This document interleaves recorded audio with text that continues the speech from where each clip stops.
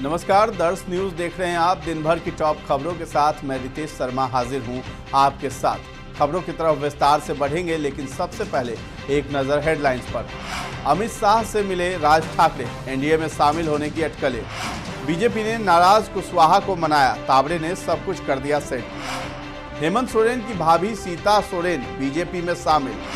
कप्तानी विवाद के बाद पहली बार एक फ्रेम में दिखे रोहित और हार्दिक पांड्या। पटना समेत कई जिलों में भारी बारिश, मौसम विभाग ने जारी किया ऑरेंज अलर्ट। अब खबरें विस्तार से। महाराष्ट्र नवनिर्माण सेना यानी एमएनएस के नेता राज ठाकरे ने मंगलवार को केंद्रीय गृह मंत्री अमित शाह से मुलाकात की है। ये मुलाकात इस बात का संकेत है कि भाजपा मनसे के साथ गठबंधन की इच्छुक है। भगवा दल महाराष्ट्र में लोकसभा चुनाव से पहले अपने गठबंधन को और ज्यादा मजबूत करना चाहता है। ठाकरे सोमवार को नई दिल्ली पहुंचे और जब वह शाह से मिले तब भाजपा के राष्ट्रीय महासचिव विनोद तावड़े भी मौजूद थे। अगर गठबंधन हो जाता है तो एमएनएस को मुंबई में एक सीट दी जा सकती है, जहां उनके चचेरे भाई उद्धव ठाकरे की अगुवाई वाली शिवसेना के गुट का कुछ प्रभाव है।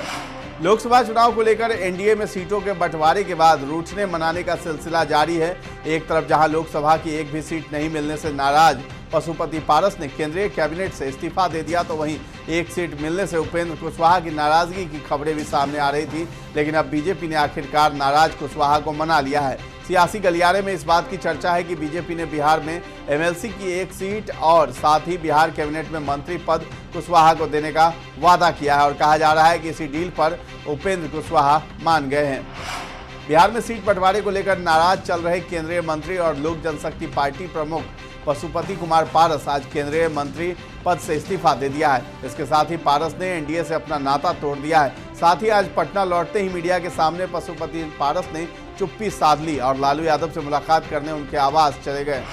बिहार बोर्ड 12वीं परीक्षा 2024 के रिजल्ट का इंतजार जल्द खत्म होने वाला है। बिहार बोर्ड मैट्रिक से पहले इंटरमीडिएट बोर्ड परीक्षा का रिजल्ट जारी करेगा।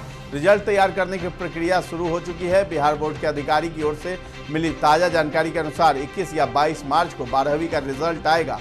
बोर्ड में इस साल 13 लाख परीक्षार्थियों 12वीं का एग्जाम दिया है। बोर्ड ने 12वीं टॉपर्स के इंटरव्यू की प्रक्रिया खत्म कर दी है। जल्द ही रिजल्ट जारी कर दिए जाएंगे। इसके साथ ही बिहार बोर्ड ने 26 फरवरी से 1 मार्च और 6 मार्च को आयोजित हुई सक्षमता परीक्षा की आंसर की जारी कर दी है। जिन अभ्यर्थियों ने परीक्षा दी थी वे bsebsakshamta.com पर जाकर आंसर की डाउनलोड कर सकते हैं। आंसर की डाउनलोड करने का स्टेप्स ऑफिशियल वेबसाइट पर दिया गया है। अब खबरें झारखंड की। झारखंड के पूर्व मुख्यमंत्री हेमंत सोरेन की भाभी और विधायक सीता सोरेन ने मंगलवार को भाजपा का दामन थाम लिया है। दिल्ली में बीजेपी मुख्यालय में विनोद तावड़े ने उन्हें पार्टी की सदस्यता दिलाई। इस मौके पर सीता सोरेन ने कहा कि झारखंड के महान सोरेन परिवार को छोड़कर मोदी जी के विशाल परिवार में शामिल हो रही हूं।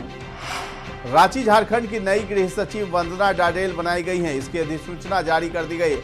लोकसभा चुनाव 2024 को देखते हुए निर्वाचन आयोग ने झारखंड समेत 6 राज्यों के गृह सचिवों को हटाने का निर्देश दिया था। इस आदेश के आलोक में अरवा राजकमल को इस पद से हटा दिया गया था। अब सीनियर आईएएस अफसर वंदना डाडेल को गृह सचिव की जिम्मेदारी सौंपी गई है।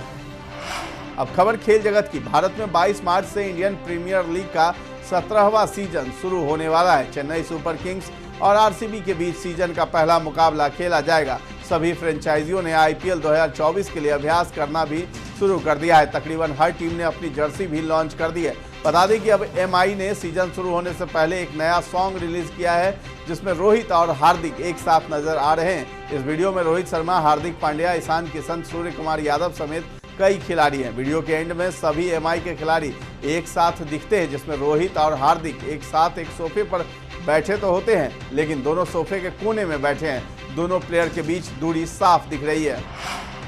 अब बात मौसम के मिजाज की। बिहार में एक बार फिर मौसम बिगड़ गया है। पटना समेत कई जिलों में तेज हवाओं के साथ बारिश शुरू हो गई है। मौसम विभाग ने तात्कालिक अलर्ट जारी कर कई जिलों में बूंदाबांदी और ठनका की आशंका जताई है। मंगलवार शाम को पटना, जहानाबाद, वैशाली जिले में ऑरेंज अलर्ट जारी किया गया है। बिहार के जिलों में कुछ जगहों पर बारिश और वज्रपात के साथ ओले गिरने की भी संभावना है।